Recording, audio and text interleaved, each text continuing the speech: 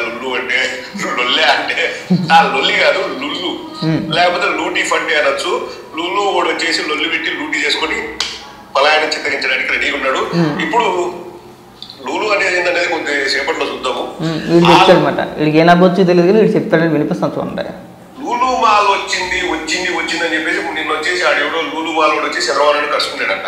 వచ్చేసి అసలు ఇంకా అభివృద్ధి జరిగిపోతుందంట, అభివృద్ధి పుంతలు దొక్కుతుందంట, అభివృద్ధి పర్వాలు దొక్కుతుందంట, అభివృద్ధికి బుడమేరు గేట్లను లేపుకొని వస్తుందంట, అభివృద్ధి టన్నులు వస్తున్నాయంట, లేకపోతే క్యూసెక్కులు వస్తుందంట. అభివృద్ధి ఎందుకురా అయ్యా వస్తుందంటే లూలు మాల్ వస్తుందంట. మీ అందరికీ తెలియకపోతే నేను చెప్తానండి, లూలు మాల్ అంటే మీ ఊర్లో ఏదైనా చిన్న అంగడి ఉంటది కదా, షాంపూలు, సబ్బులు, టూత్ పేస్టులు, టూత్ బ్రష్లు, పక్క పిన్నులు, పిన్నీసులు, లేకపోతే గాజులు అట్లా పెట్టుకుంటారు కదా, అది ఒక అంగడి అండి. లూలు మాల్ అనేది ఒక అంగడి. ఈ ఏదో డాక్టర్ అట్టగా అయిపోయి మాకు అర్థం కావట్లేదు వాళ్ళకి కూడా. లూలు మాల్ అనేది ఒక అంగడి అంట. ఒరే చెప్పడానికన్నా సిగ్గు ఉందా నీకు అసలు? ఒకసారి మీరు ఎవరైనా సరే గూగుల్లోకి వెళ్ళి లూలు గ్రూప్ ఇంటర్నేషనల్ అని చెప్పని కొట్టండి, మొత్తం డీటెయిల్ మొత్తం వచ్చింది. కంపెనీ టర్న్ ఓవర్ ఎంత, ఎన్ని దేశాల్లో ఈ మాల్స్ ఉన్నాయి, ఎన్ని చోట్ల ఉన్నాయి, మొత్తం ఎన్ని ఉన్నాయి, అలాగే కంపెనీ టర్న్ ఓవర్ ఎంత, ఎన్ని లక్షల కోట్ల రూపాయలు అనేది వివరంగా ఉంటుంది. ఎన్ని వేల మంది ఉద్యోగులు ఉన్నారు కూడా అక్కడ క్లియర్గా మెన్షన్ చేసి ఉంటుంది. కంపెనీ యొక్క టర్న్ ఓవరే 8 లక్షల కోట్ల డ్రెస్ ఉంటా, 1000-2000 కాదు, రూపాయి పాపాయే కాదు. కంపెనీ యొక్క టర్న్ ఓవరే, లూలు గ్రూప్ యొక్క టర్న్ ఓవరే 8 లక్షల కోట్ల రూపాయలు. అందులో పనిచేసే ఉద్యోగులు, ఆ సంస్థలో పనిచేసే ఉద్యోగులు 57,000 మంది. మొత్తం ప్రపంచంలో ఏ దేశంలో ఉన్నా ఎక్కడ ఉన్నా 239 చోట్ల ఉన్నాయి లూలు మాల్స్. మొత్తం లెక్కేసుకో, ఉద్యోగుల సంఖ్య 57,000 మంది. నీ పిచ్చితనం తగలట. మరి ఏదైనా ఒక వీడియో చేసే ముందు, ఏ కంపెనీ గురించి అయినా మాట్లాడే ముందు ఒకసారి గూగుల్లోకి వెళ్ళి చెక్ చేసుకుంటారా, మొత్తం వివరాలన్నీ ఉంటారా. హెడ్ ఆఫీస్ వచ్చేసి దుబాయ్లో ఉంది, మొత్తం నీట్గా ఉంటాయి, అన్ని వివరాలు ఉంటాయి. ఎంతమంది పని చేస్తున్నారో, ఎంతమంది ఉద్యోగులు ఉన్నారో, ఎన్ని లక్షల కోట్ల రూపాయలు టర్న్ ఓవరు, ఏ దేశాల్లో ఉన్నాయి, ఎక్కడెక్కడ ఉన్నాయి, వివరాలన్నీ అక్కడ ఉంటాయరా. నువ్వు వచ్చేసి సింపుల్గా అదొక అంగడి అండి, సబ్బులు అమ్ముకుంటారండి, ఫినిష్లు అమ్ముకుంటారంటే అంటే మీరు పేటీఎంకి ఒకరిని ఎదవలు చేయడానికే కదా, అంటే నిశానిగా అనుకుంటున్నావా అందరూ? ఊరు నువ్వు తప్పితే ఇంకెవడు చదువుకోలేదేంట్రా, ఎవరికి ఆ మాత్రం తెలివితేటలు లేవనుకుంటున్నావా? అంటే నువ్వేది చెప్తే అది నిజమా? నువ్వు వచ్చి సబ్బులు అమ్ముకునే అంగడి అంటే నిజం అనుకుంటారు అది. ఏదో నువ్వు డాక్టర్ అట్టగా ఎవరా, మళ్ళీ డాక్టరుడు, ఆడి పేరు డాక్టర్ ప్రదీప్ రెడ్డి చింత. ఎవరు నీకు దండం పెడతారు దయచేసి డాక్టర్ అనే పదం తీసే ముందు. అంత లేఖితనంగా మాట్లాడుతున్నాడు వాడు. పైగా ఎటకారం, వ్యంగ్యం, ఎకిలి చేష్టలో చెప్పే విషయాన్ని పూర్తిగా సీరియస్గా చెప్తే బాగుంటుంది. నువ్వు నవ్వేసినంత మాత్రాన, చిల్లరతనంగా మాట్లాడేసినంత మాత్రాన అది నిజం అయిపోతావు. ఇంకా ఉంది, అది కూడా వినిపించిన తర్వాత మాట్లాడతాం. దానివల్ల ఏంది రాయ్యా జరిగేదంటే 200 ఉద్యోగాలు వస్తాయంట, అది అభివృద్ధి అంట. ఒరే నాయన, 200 ఉద్యోగాలు లేకపోతే ఆ లూలు మోడోలు వ్యాపారం చేసుకోవడానికి మన భూమిని ఎంత చౌకరేటుకి ఇస్తున్నాం మన వాళ్ళకు, అందులో ఎంత అవకతవకలు జరుగుతున్నాయి.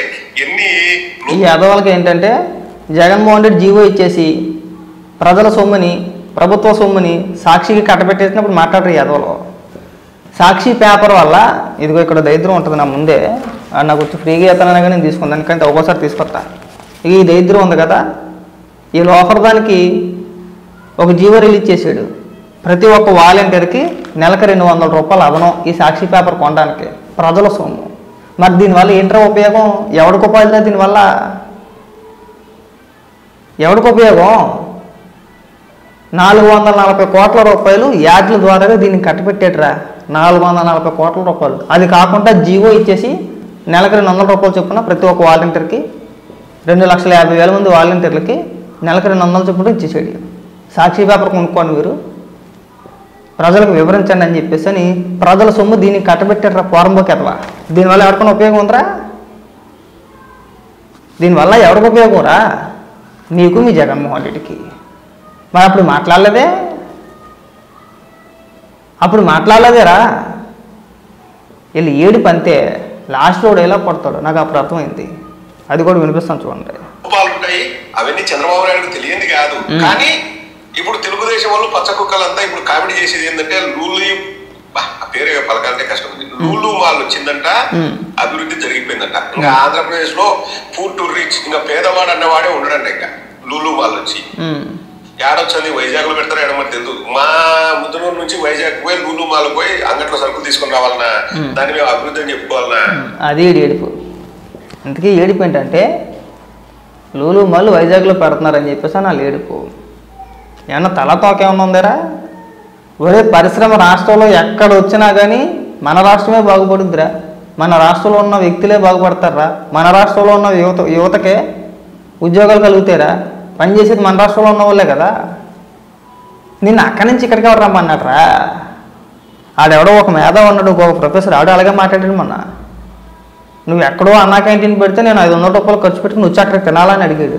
నిన్నెవడు రమ్మన్నాడు అసలు? చూసారా వైజాగ్ మీద వాళ్ళకి ఎంత కక్ష? వాళ్ళకి వైజాగ్ ప్రజలందరూ బాగా గమనించండి. వైజాగ్ని క్యాపిటల్గా ప్రకటించింది మీ మీద ప్రేమతోనో, వైజాగ్ని అభివృద్ధి చేద్దామనో, లేదంటే ఆ ప్రాంత వాసులను డెవలప్మెంట్ చేద్దామనో, ఆర్థికంగా బలపరుద్దామనో కాదు.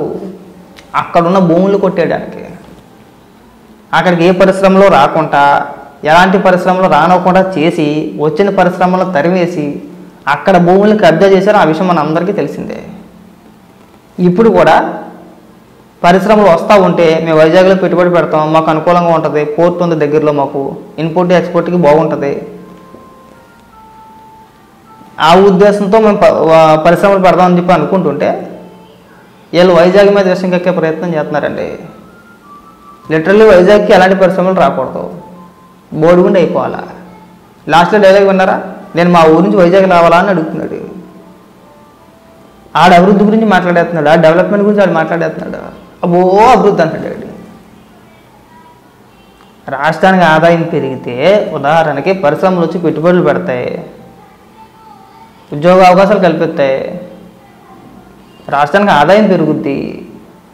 రాష్ట్రానికి ఆదాయం పెరిగిందంటే ఆటోమేటిక్గా మన బతుకులు కూడా మారుతాయి. రాష్ట్రంలో ఉన్న యువతకి ఉపాధి అవకాశాలు కలుగుతాయి కాబట్టి మన బతుకులు కూడా మారుతాయి. అది నువ్వు ఎక్కడో ముద్దనూరులో ఉన్నావా, కడపలో ఉన్నావా, కన్యాకుమారిలో ఉన్నావా అని కాదు. కన్యాకుమారి అంటే మళ్ళీ వేరేదిలే కానీ పక్కన పెట్టి చెప్తున్నా. మనకు కావాల్సింది రాష్ట్ర అభివృద్ధి. అంటే ఇప్పుడు ఏంటి, వైజాగ్లో పెట్టొద్దంటవా?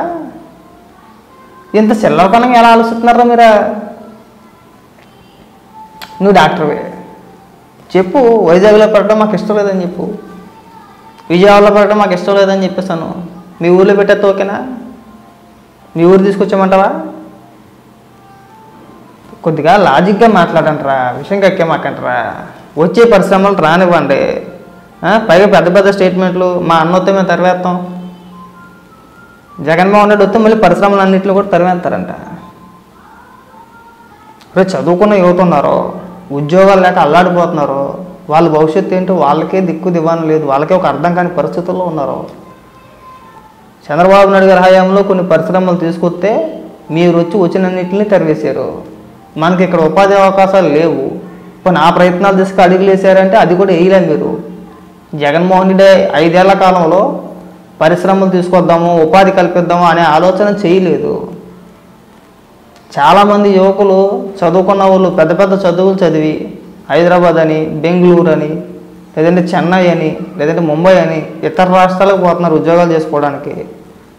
చాలని జీతాలు నానా నరకయాతన చూసేస్తున్నారు వాళ్ళు. మన రాష్ట్రంలో పరిశ్రమలు వచ్చి ఇక్కడ చదువుకున్న యువతకి ఇక్కడే ఉద్యోగాలు కలిగితే